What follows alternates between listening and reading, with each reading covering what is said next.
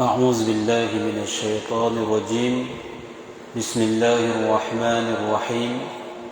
الحمد لله رب العالمين الرحمن الرحيم مالك يوم الدين إياك نعبد وإياك نستعين اهدنا الصراط المستقيم صراط الذين أنعمت عليهم غير المغضوب عليهم ولا الضالين آمين. إن الحمد لله نحمده ونستعينه ونستهديه ونستغفره ونعوذ بالله من شرور أنفسنا ومن سيئات أعمالنا. من يهده الله فلا مضل له ومن يضلل فلا هادي له. أشهد أن لا إله إلا الله وحده لا شريك له وأشهد أن محمدا عبده ورسوله. قالوا سبحانك لا علم لنا إلا ما علمتنا إنك أنت العليم الحكيم. قال رب اشرح لي صدري ويسر لي أمري واحلل عقدة من لساني يفقه قولي. أما بعد. السلام عليكم ورحمة الله وبركاته. Alhamdulillah. Pertama sekali marilah sama-sama kita rafakkan kesyukuran kepada Allah Subhanahu wa taala kerana dengan limpah kurnia-Nya pada malam yang barakah ini kita dapat berkumpul dalam masjid Sayyidina Abu Bakar UTM untuk sama-sama kita meneruskan kembali kuliah pengajian tafsir Al-Quran. Yang mana sebelum ini kita telah sampai hingga ayat ke-48 daripada surah Al-Baqarah, yang mana Allah Ta'ala telah menyeru kepada Bani Israel untuk mereka mengenang kembali nikmat-nikmat yang telah Allah Ta'ala kurniakan kepada mereka. Kerana nikmat itu ada kalanya Allah Ta'ala memberikan satu penganugerahan yang besar, iaitu dengan lafaznya wa anni faddaltukum 'alal 'alamin. Aku lebihkan kamu lebih kepada kaum yang lain dalam alam ini. Dan Allah Ta'ala telah ingatkan pada ayat 48, kalau kamu tidak mengenang nikmat itu, kamu kufur pada nikmat itu dengan tidak patuh pada surah Allah Ta'ala dan membenarkan kenabian Nabi Muhammad SAW, maka Allah Ta'ala beri ancaman pada ayat ke-48, iaitu firman-Nya ba'da a'udzu billahi minasyaitonir rajim wattaqu yawman la tajzi nafsun 'an nafsin syai'a wa la yuqbalu minha syafa'ah wa la yu'khadhu minha 'adlun wa la hum yunsarun. Iaitu, dan jagalah dirimu dari azab hari kiamat, yang mana pada hari itu seseorang tidak dapat membela orang lain walaupun sedikit pun. Begitu pula tidak diterima syafaat dan tebusan darinya, dan tidaklah mereka akan diberi pertolongan. Ini Allah Ta'ala ingatkan pada hari yang sangat-sangat penting. Manusia memerlukan pertolongan yang sangat-sangat penting pada hari kiamat kelak. Di dunia mungkin ada orang yang boleh menipu daya, melakukan satu perkara yang tidak diredai oleh Allah Subhanahu Wa Taala dan dia mendapat keuntungan darinya. Mungkin ada orang yang membela dengan dia menindas orang lain, tapi di akhirat kelak tidak akan terjadi perkara begitu. Setiap amalan akan dibalas sesuai dengan perbuatannya di dunia.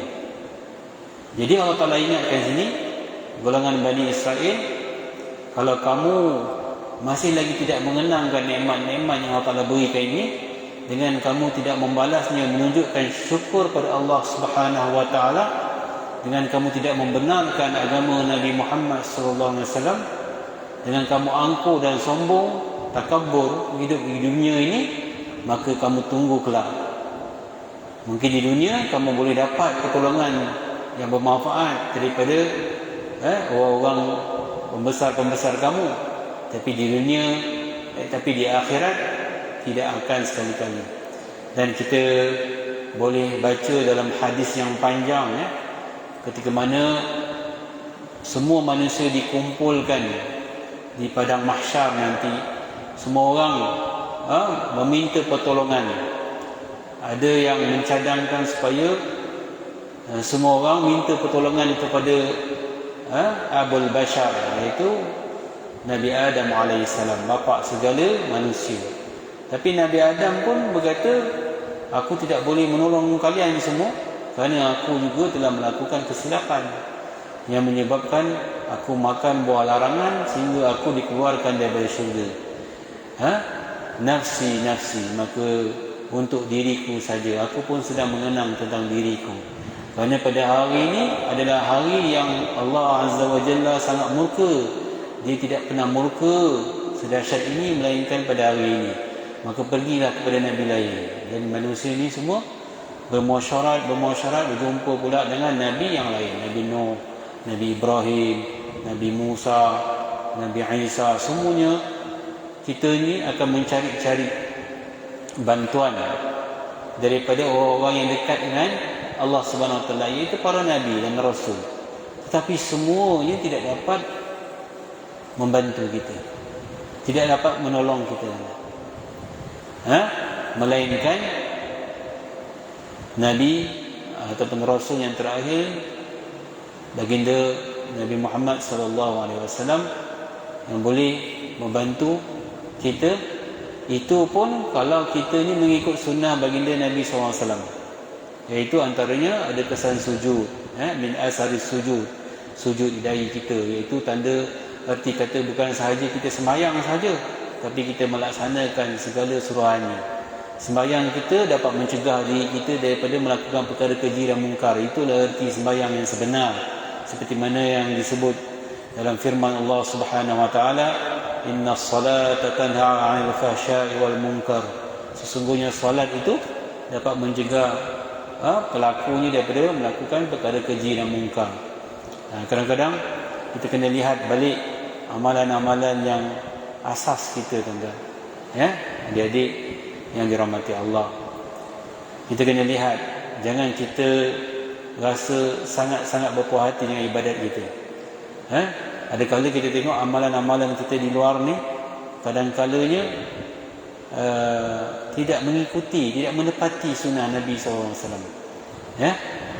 Kadang-kadang kita melakukan satu perkara yang dibenci oleh manusia, kerana sifat sombong yang ada dalam diri kita. Mungkin masalahnya adalah pada solat kita. Solat kita tidak khusyuk contohnya. Solat kita tidak mengikut sunnah Nabi SAW. Ataupun solat kita ni ingin menunjuk-nunjuk di hadapan orang, ingin memperlihatkan amalan kita. Allah tak redha, tuan-tuan, amalan-amalan begini. Walaupun kita kaki semayang, kerana Allah Ta'ala akan melihat kepada hati kita juga. Dia bukan saja melihat pada zahir. Dengan Allah kita bukan boleh tipu. Dengan manusia kita boleh tipu, tapi dengan Allah kita tak boleh tipu. Kerana sebahagian daripada amalan itu adalah amalan hati. Lagi kita ni kaki semayang, lagi patut kita tawaduk. Lagi kita ni merendah diri. Itu kesan daripada semayang. Bukan daripada kita semayang lagi kita meninggi diri, lagi kita menghina orang lain, lagi kita berprasangka buruk dengan orang lain. Ini bukan perilaku orang semayang. Ini bukan perilaku orang semayang. Kalau kita orang semayang tapi ada perilaku macam ni, maksudnya ada masalah pada semayang kita. Kena cek. Sebab itu dalam tuan-tuan baca yang surah Al-Mu'minun, Allah Ta'ala sebut 6 sifat orang-orang yang berjaya. Qad aflahal mu'minun allazina hum fi salatihim khashi'un. Allah mulakan dengan orang yang khusyuk dengan sembahyangnya. Khusyuk, iaitu khusyuk takutkan Allah. Sebahagian ulama mengatakan ciri-ciri ibadat ni, tuan-tuan, ada 3. Yang pertama, al-hub, perasaan cinta, kasih. Kita buat satu benda, kita sembahyang sebab kita kasih Allah, kita sayang Allah, kita cintakan Allah, kan? Macam contoh, kita buat satu benda yang kita minati, kita akan khusyuk. Contohnya, orang yang main bola sepak, tuan-tuan, dia tak akan mengantuk sebab kalau dia minat main bola sepak. Orang yang suka memancing, Dia boleh duduk lama-lama tuan. Dia boleh khusyuk walaupun kita tengok tak dapat ikan pun dia sabar menunggu kerana itu adalah hobinya, benda yang dia minat. Kan? Begitu juga perkara-perkara lain kita lihat. Tapi malangnya kadang ibadat kita ni kita tak ada perasaan-perasaan begitu. Mungkin tak ada dalam diri kita. Mungkin dalam hal-hal ibadatlah kita mengambil masa untuk mengingat perkara-perkara yang lain. Mana nak datang kemanisan ibadat? Khusyuk tak ada. Dalam kita berdiri sembahyang pun kita ingat perkara-perkara yang lain. Sedangkan Allah Ta'ala sebut wa aqimis salata li zikri. Dirikanlah sembahyang semata-mata untuk ingat aku. Dah luar sembahyang banyak kita ingat. Lepak kat kedai kopi, pergi kat mana banyak benda dunia dah kita cerita. Allah kata tak apalah. Yang penting sembahyang ingat aku. Pun sembahyang pun kita ambil curi. Masa dengan sembahyang tu kita ingat benda lain. Itu betapa lemahnya kita, betapa berdosanya kita. Tuan-tuan adik-adik yang dirahmati Allah. Mana nak datang kemanisan dan ibadat? Jadi ibadat, elemen yang pertama perlu ada dalam ibadat ni adalah al-hub. Perasaan kasih, perasaan sayang, rasa rindu, menanti-nanti waktu yang lain kerana rindu pertemuan dengan Allah Azza wa Jalla. Allah Ta'ala, Nabi sebut dalam satu hadis, man ahabba liqa Allah ahabba Allah liqa'ah, wa man kariha liqa Allah kariha Allah liqa'ah. Barang siapa yang cinta pertemuan dengan Allah, Allah lebih-lebih cinta pada dia. Barang siapa yang membenci pertemuan dengan Allah, Allah lagi-lagi benci pertemuan dengan dia. Walaupun hadis ini banyak membicarakan tentang hal kematian, tapi sebenarnya kita sembahyang pun kita sedang buat appointment dengan Allah, bertemu dengan Allah Azza wa Jalla. Walaupun kita tak nampak, tapi perasaan kita. Allah Ta'ala sebut wallazina hum fi salatihim khashi'un. Kemudian Allah Ta'ala sebut macam-macam sifat-sifat orang yang berjaya, iaitu orang yang meninggalkan perkara yang sia-sia, orang yang menjaga kehormatannya, orang yang menjaga amanah dia, orang yang bayar zakat. Dan akhir sekali Allah Ta'ala sebut wallazina hum ala salawatihim yuhafizun, iaitu orang-orang yang memelihara solatnya. Sebagian ulama tafsir mengatakan kenapa hal solat disebut dua kali? Kerana Allah Ta'ala telah menyebut hal zahir dan batin. Iaitu yang pertama Allah Ta'ala sebut yang batin, dalaman, iaitu khusyuk dalam solat. Kemudian hal yang keenam, sifat-sifat orang mukmin yang berjaya, Allah Ta'ala sebut hal zahir. Maknanya kita jaga luaran sembahyang kita, tata cara solat kita mengikut sunnah Nabi SAW, jaga solat berjamaah, jaga solat di awal waktu. Yang itu yang zahir. Yang dalam, khusyuk dalam sembahyang, menghayati zikir-zikir dalam sembahyang, merasai takut kepada Allah Subhanahu Wa Taala, khauf dan raja. Dalam keadaan takut kita harapkan rahmat dan redha Allah Taala. Maka inilah ciri-ciri ibadat yang sebenar, ada perasaan al-hub. Yang kedua, kata ulama, ialah ada perkataan al-khudu'. Al-khudu' ni adalah patuh, rendah diri, tidak ada sombong, tidak ada takabur. Apa artinya kita mengangkat takbiratul ihram? Allahu Akbar. Artinya Allah lah yang maha besar. Kalau kita tidak boleh menurunkan ego kita, kalau kita tidak menurunkan apa-apa yang ada pada kita, kita menghinakan diri daripada Allah Ta'ala, tidak ada artinya lafaz takbiratul ihram. Memang betul tuan, ada kadang-kadang orang sembahyang, dia nak bagi lepas solat dia kira sah saja. Ini betul lah. Solat pun kita kena dari sudut fiqahnya kita kena jaga kita daripada perkara-perkara yang boleh membatalkan sembahyang. Tapi jauh daripada itu lagi adalah dalaman, iaitu roh solat tu sendiri, khusyuk tu sendiri. Sebab itu pembelajaran tentang bagaimana kita nak memperbaiki ibadat kita ini adalah pembelajaran sepanjang hayat. Bukan ketika kata ini aku dah tahu sembahyang ni tak apalah. Tidak. Ada perkara-perkara yang kita perlu belajar. Kalau kita mungkin tahu dalam hal-hal sembahyang, mungkin falsafah zikir tu kita kurang. Kita tahu zikir ketika sujud, zikir ketika rukuk, tapi kita tidak menghayati zikir itu. Tidak menghayati zikir doa iftitah contohnya, inna salati wa nusuki wa mahyaya wa mamati lillahi rabbil alamin. Tengok betapa alpanya diri kita. Hal-hal yang kita biasa melakukannya dalam rutin kita pun kita tidak kita rasa biasa dan kita tidak perbaiki. Maka ia menggalakkan kita untuk kita, kalau kita dapat betul-betul memperbaiki solat kita, dia boleh menjadikan akhlak kita baik. Allah sendiri janji, siapa yang betul-betul solat dia tu jaga luaran dan dalamannya, Allah akan mengeluarkan sifat-sifat keji yang ada pada diri dia, akan mencegah diri daripada perkara keji dan mungkar. Ini hidayah yang Allah beri. InsyaAllah kita sambung pada ayat ke-49. Ba'da a'udzu billahi minasyaitonir rajim.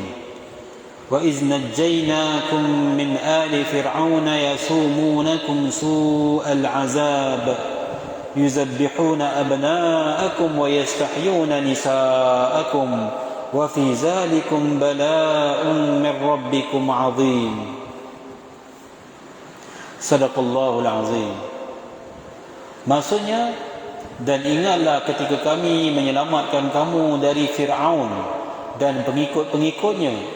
Mereka menimpakan kepadamu siksaan yang seberat-beratnya.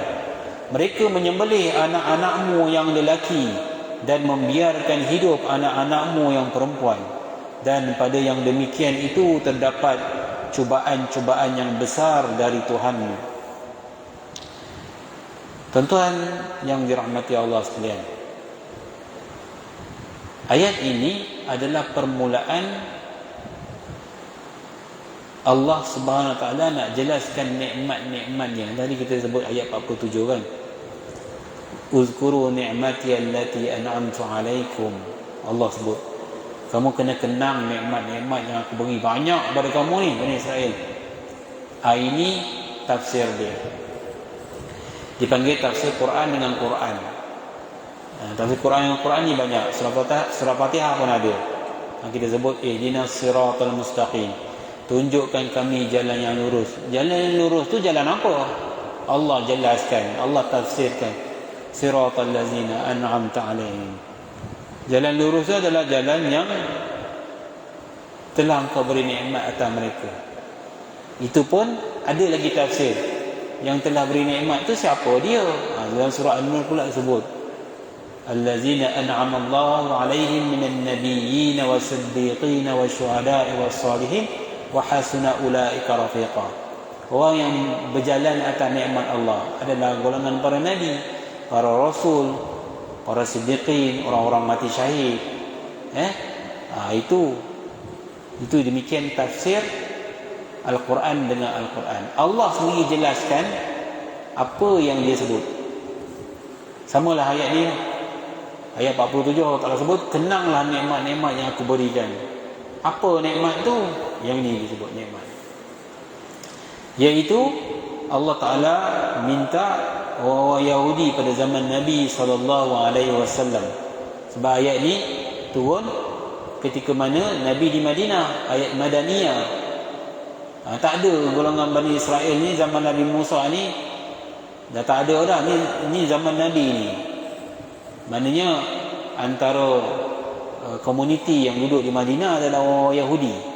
Mereka ni bersikap acuh tak acuh dengan Nabi SAW. Mereka ni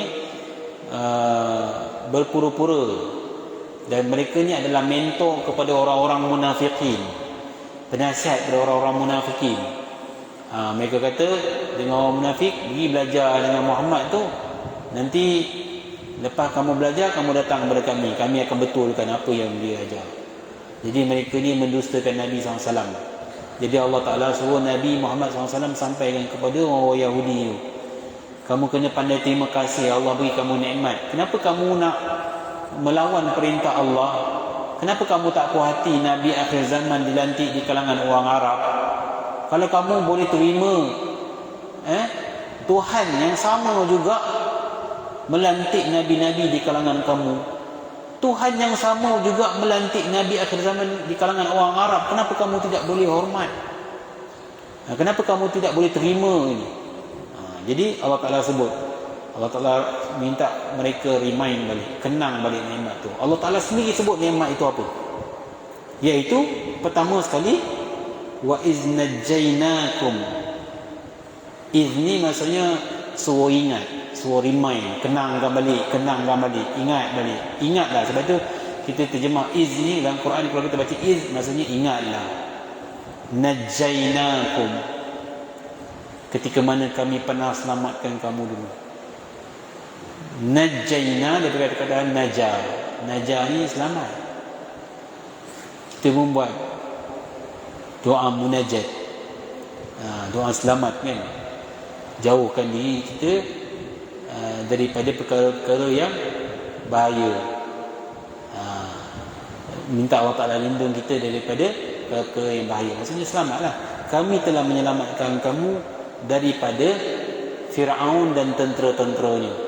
Fir'aun ni tuan-tuan, jadi yang dirahmati Allah, adalah satu raja. Fir'aun ni banyak. Jangan kita ingat Fir'aun ni satu je Fir'aun. Fir'aun ni gelaran yang iaitu raja bagi pemerintah Mesir ketika itu. Macam dipanggil sultan lah. So, Fir'aun ni dalam bahasa mereka ni, Fir'aun adalah sultan mereka, itu ketua mereka. Tapi yang dimaksudkan ni adalah Fir'aun yang zalim tu lah. Fir'aun yang zalim. Dalam sejarah tersebut Ramses II kan. Yang mana Fir'aun ni telah menimpakan banyak kesusahan kepada Bani Israel. Dia ni cukup anti kepada Bani Israel. Sebab apa? Fir'aun pernah bermimpi satu ketika, yang mana mimpi itu dikatakan dalam tafsiran mimpi itu, orang-orang kanan yang menafsirkan mimpi itu, iaitu satu hari nanti akan ada satu orang anak lelaki yang lahir yang akan mengancam kerajaan kau. Kita kena tahu Fir'aun ni dia banyak tukang sihir. Tukang sihir ni dia minta bantuan daripada jin. Jin-jin ni tuan-tuan, dia suka mencuri rahsia daripada langit. Dia suka curi rahsia daripada langit. Dulu dia curi rahsia daripada langit, dia dengar perbualan para malaikat. Malaikat beritahu nak utuskan satu orang nabi ke. Jadi jin ni dapat tahu. Jin ni akan beritahu kepada ketua dia, dia punya bomo-bomo dia. Sebab tu bomo boleh tahu benda-benda gaib daripada jin. Tapi bila lahirnya Nabi Muhammad SAW, Allah dah tutup dah pintu-pintu langit. Jin ni tak boleh naik ke langit, tak boleh dengar lah perbualan-perbualan para malaikat. Jadi mereka telah menyampaikan 1000 pendustaan kepada bomo-bomo mereka. Ini dia punya asal usul ni, jin ni. Mereka, macam mana mereka boleh tahu benda-benda ni? Mereka mendengar, mencuri dengar daripada perbualan para malaikat. Jadi Firaun bila dengar ramalan ni, dia telah memerintahkan ada seorang lelaki yang mengancam kerajaan kamu, iaitu dia kata daripada Bani Israel.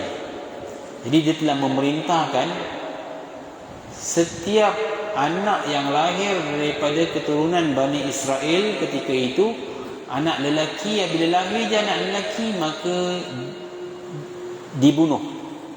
Diperintahkan supaya dibunuh. Jadi anak perempuan ini dibiarkan hidup. Sebab itu ayat ini kata yuzabbihuna abna'akum wa yastahyuna nisa'akum. Mereka menyembelih anak-anak lelaki kamu dan membiarkan anak perempuan hidup. Jadi siapa-siapa yang lahir anak lelaki ni memang tak selamat, memang dibunuh. Tapi Allah SWT ni, wa makaru wa makarullah wallahu khairul makirin. Mana nak sama perancangan orang-orang yang zalim dengan perancangan Allah? Allah sebaik-baik perancang.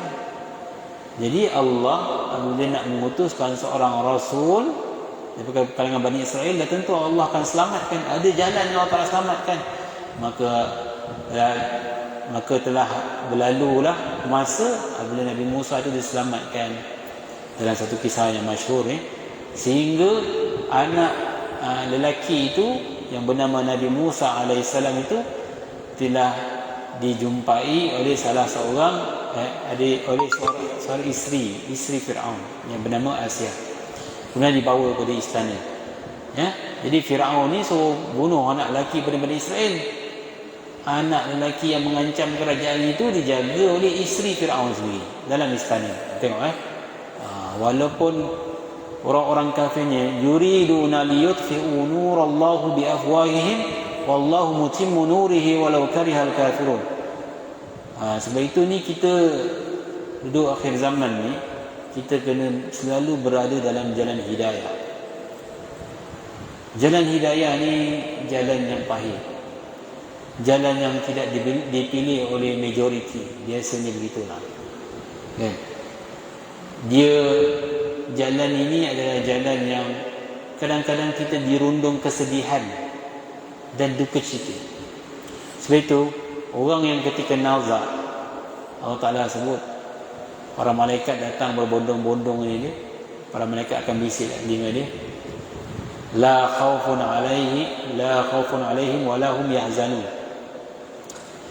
Kamu tidak lagi bersedih. Sedih sebab apa?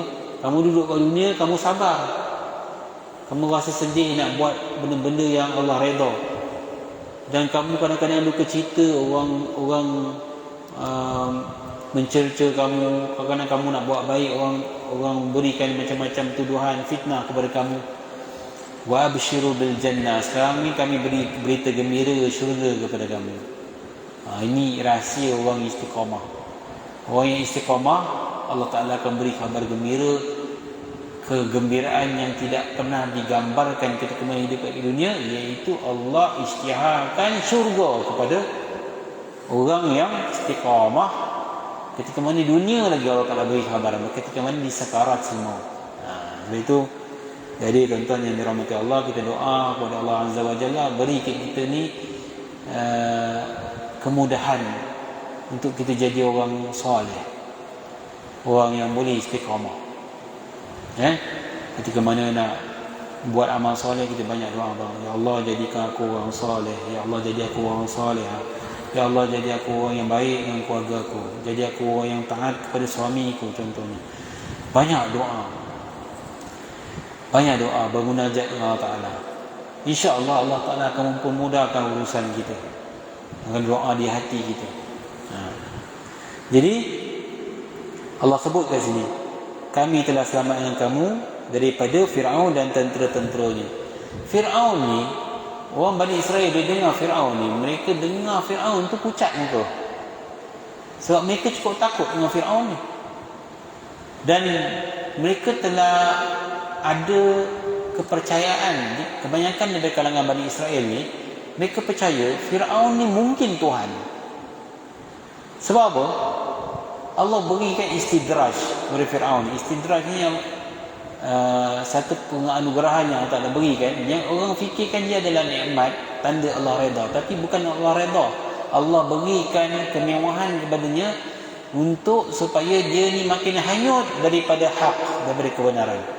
Jaga-jaga gitu. Sebab nikmat ni ada dua. Satu nikmat yang sebenar nikmat, ada satu nikmat yang Allah Ta'ala berikan sebagai istidraj. Sebab itu kita jangan kecewa.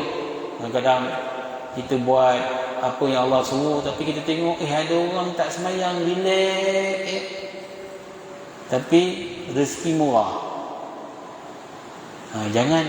Kadang-kadang syaitan ni dia masuk kat telinga kita, dia bisik kan.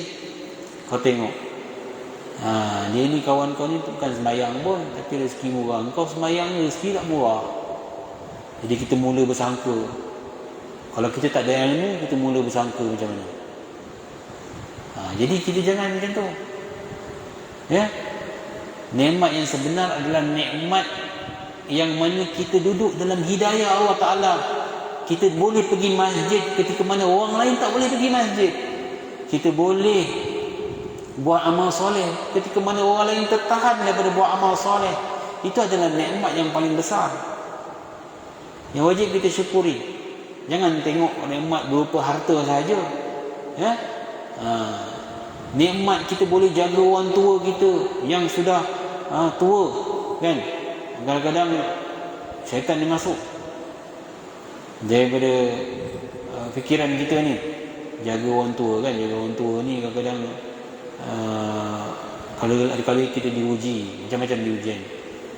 Kadang-kadang ada adik-beradik ni yang tak ada ambil cara pun, ibu bapa dia kata asyik aku. Dia kata kenapa lah aku ni. Kita tak tahu sebenarnya Allah telah pilih kita mendapat pahala yang besar di sisi Allah.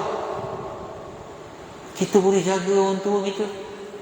Allah pilih kita, Allah tak pilih orang lain. Itu satu nikmat yang besar. So nikmat ni kita kena fikir secara positif. Positif. Jangan kita ingat semuanya bala-bala, sedangkan Allah Ta'ala nak berikan, nak angkat darjat kita. Jadi dalam ayat ini tadi saya sebut tadi, Bani Israel ni telah menganggap Fir'aun ni mungkin Tuhan. Sebab apa? Fir'aun ni dalam riwayat dia tak pernah sakit, demam, sesama pun tak pernah. Kita ni setahun tu mungkin adalah berapa kali hari MC kan, mesti ada tak sihat, tambah-tambah musim-musim banyak penyakit berjangkit ni. Tapi Fir'aun ni langsung tak pernah sakit. Sebab itu dia pernah buat satu pengakuan, ana rabbukumul a'la, aku adalah Tuhan kamu yang maha tinggi. Kalimah kufur ini jin pun tak pernah buat. Sebab itu ada orang kata sebaik-baik jin sejahat-jahat manusia. Itu satu pendustaan, tak boleh cakap macam tu. Marah jin. Jin pun tak ada yang mengaku Tuhan kan. Tapi manusia ada mengaku Tuhan. Ajaran-ajaran sesat banyak sekarang ni kan, yang ajaran dia bukan-bukan. Jadi dalam ayat ini Allah Ta'ala sebut wa fi zalikum bala'un min rabbikum azim. Benda tu ujian bagi kamu. Bala maksudnya ujian. Kita pun bahasa kita sebut bala. Ini adalah bala dari Allah. Cuma dalam bahasa kita ni, bala ni kita selalu fikir benda tu adalah negatif. Bala kan. Kita tengok ayat Quran. Walanabluwannakum bisyai'in. Kami akan uji kamu daripada lanabluwannakum. Kami akan uji. Maksudnya ujian. Ataupun dalam ayat lain dalam surah Al-Mulk Allah Ta'ala sebut allazi khalaqal mauta wal hayata liyabluwakum. Allah yang menciptakan kematian dan kehidupan untuk menguji siapa di kalangan kamu yang terbaik, ahsanu amala. Maksud perkataan bala ni maksudnya dia kalimat ujian. Ujian ada dua, ada ujian buruk, ada ujian baik. Ujian baik tu Allah nak tengok kita ni bersyukur ke tak. Tu ujian baik kan, diberi kita nikmat kan. Orang lain tak naik pangkat, kita diberi naik pangkat ya. Orang lain susah nak dapat anak, kita diberi rezeki anak ramai ya. Kadang-kadang kita tak perasan tu. Kadang ada orang yang terlalu ramai anak mengeluh pula. Itu bahaya tu. Allah beri. Sebab tu kadang-kadang nikmat ni kadang-kadang Allah Ta'ala bagi, kalau hamba tu bersyukur dia dapat pahala banyak. Tapi kalau hamba tu tidak bersyukur, kadang-kadang Allah Ta'ala bagi lagi. Sebab nak bagi dia apa? Wa yamudduhum fi tughyanihim ya'maun. Kami nak bagi dia terumbang-ambing dengan nikmat itu. Maksudnya itu satu istidraj, supaya dia tidak kembali. Tak, Firaun dia tidak diuji dengan kesakitan. Biasanya kadang-kadang kita ni ada kalanya kita ingat, mungkin ada kalanya kisah taubat kita ni, kita taubat ni sebab kita ni diuji dengan sakit. Ada orang dia pergi ke masjid sebab dia accident. Ada orang dia mula pergi umrah bila dia bankrupt. Dulu senang tak pernah pergi tanah suci. Jadi dengan ujian tu, ia adalah rahmat Allah Ta'ala dah bagi.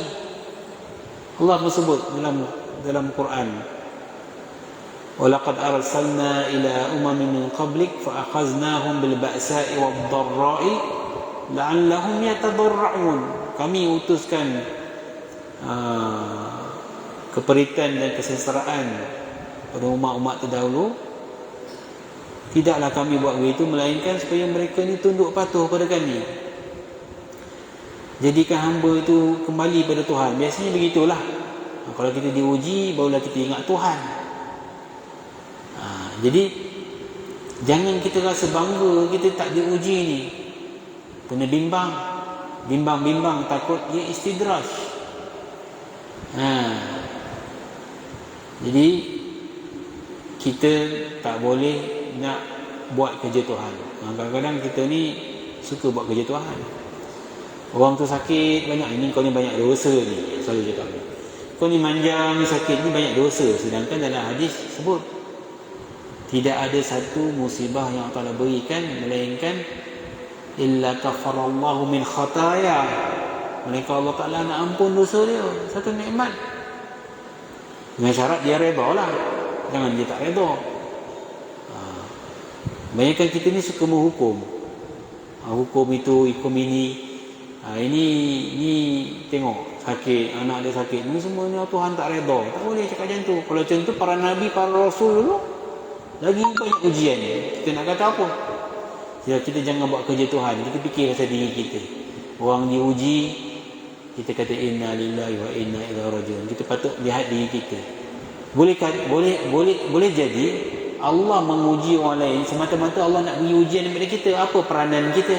Kita tengok saudara kita diuji, Allah pun nak bagi ujian kepada kita juga. Engkau buat apa bila aku uji orang ini? Walaupun kita ni tak diberi, tak ditimpakan musibah, Allah sedang menguji orang yang sekeliling kita, yang dapat nikmat. Apa peranan engkau membantu orang yang ditimpa musibah? Itu pun ujian juga. Betul Allah Ta'ala sebut, wa fi zalikum bala'um min rabbikum azim. Itu adalah ujian yang kami timpakan kepada kamu daripada Tuhanmu yang Maha Agung. Allah menguji. Adanya musuh itu pun ujian Allah. Jadi memang hidup ni penuh dengan ujian. Kita kena lalu. Ada kadang masalah, kita tak boleh elak pada masalah. Kita lalu. Yang penting kita lalu tu, masalah tu, bagaimana kita menghadapi masalah. Sebab itu Nabi sebut dalam hadis, ajaban li amril mu'min, sangat menghairankan urusan orang mukmin. Segala yang dia dapat, dia akan semuanya baik. Kalau dia diberikan nikmat yang baik, dia akan bersyukur, syakar. Apabila dia ditimpa musibah, dia akan sabar. Semuanya baik. Apa yang Tuhan bagi, nikmat baik ke, musibah ke, dia akan syukur dan sabar. Sebab itu syaitan tak boleh nak tewaskan orang yang jiwanya ada iman.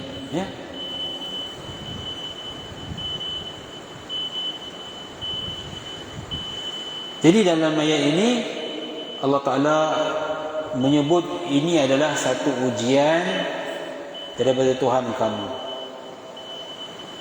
yang mana sekarang ni kamu telah terlepas daripada ujian itu. Firaun dah lama mati. Kalau Firaun masih hidup lagi sampai sekarang, susah kamu. Datuk nenek moyang kamu timpa kesusahan itu, kami lepaskan kamu daripada kesusahan. Yang dulu kamu sangka dia ada Tuhan, sekarang ni dah lama mati. Kamu pernah fikir tak nak terima kasih dengan Tuhan bila Allah mengungkit kebaikan yang Allah Ta'ala beri? Ini kita dah sebut dalam kuliah lepas. Allah berhak mengungkit, manusia tak boleh mengungkit. Manusia tak boleh mengungkit sebab dia tidak memiliki nikmat tu. Allah dia boleh mengungkit sebab dia memiliki nikmat. Dalam banyak ayat Quran, banyak Allah mengungkit supaya nak timbulkan rasa bersalah pada kita. Kan? Rasa bersalah, maknanya kita dulu tak ada apa-apa pun, Allah yang berikan. Ada timbul rasa bersalah. Sepatutnya begitu. Kita baca ayat Quran, kita baca, kita tadabbur. Cara kita tadabbur adalah caranya begitu. Baik, insyaAllah adik-adik tuan-tuan yang dirahmati Allah, ayat 49 ini sampai ke situ saja kita kongsikan pada malam ini. InsyaAllah kita akan sambung ayat ke-50 Yang mana Allah Ta'ala sebut nikmat yang kedua, sebenarnya nama nikmat yang sama, tapi Allah Ta'ala sebut nikmat yang kedua, kami belahkan laut, kami beri kamu laluan khas untuk nenek moyang kamu boleh selamat, dan kami tenggelamkan musuh yang paling kamu takut, iaitu Fir'aun. Tuan-tuan, adik-adik yang dirahmati Allah, ada kalanya orang gembira bila tengok musuh dia mati. Orang yang paling dia benci mati depan mata dia lah, itu lagi nikmat. Sebab itu Allah Ta'ala kata wa antum tanzurun, Fir'aun ni mati, kamu tengok Fir'aun mati. Mana nak timbulkan rasa gembira. Kamu ingat tak nikmat tu? Siapa yang tenggelamkan Fir'aun tu? Allah nak timbulkan rasa bersalah kepada Bani Israel. Kau jangan nak degil-degil, untuk nenek moyang kamu selamat dulu, aku selamat kan? Untuk nenek moyang kamu jangan nak sombong, kamu jangan nak rasa kamu mulia. Kalau tak kerana pertolongan Allah, kamu pun habis. Kalau Allah nak sapu habis Bani Israel ni, hilang atas muka bumi, Allah boleh buat. Tapi Allah rahmat, sampai sekarang Allah kekalkan keturunan Yahudi sampai sekarang ada. Jadi Allah nak bagi peringatan. Jadi insya-Allah ayat itu kita akan sambung pada minggu depan. Sekadar itu saja perkongsian kita. A'udzubillahi minasyaitonirrajim. Bismillahirrahmanirrahim. Alhamdulillahirabbil alamin. Wassalatu wassalamu ala asyrafil anbiya'i wal mursalin wa ala alihi wa sahbihi ajmain. Allahumma inna nas'aluka 'ilman nafi'a wa rizqan thayyiban wa 'amalan mutaqabbala. اللهم أرنا الحق حقا وارزقنا اتباعه وأرنا الباطل باطلا وارزقنا اجتنابه ربنا آتنا في الدنيا حسنة وفي الآخرة حسنة وقنا عذاب النار وصلى الله على محمد وعلى آله وصحبه وسلم والحمد لله رب العالمين. أقول قولي هذا وأستغفر الله لي ولكم وبالله التوفيق والهداية والسلام عليكم ورحمة الله وبركاته.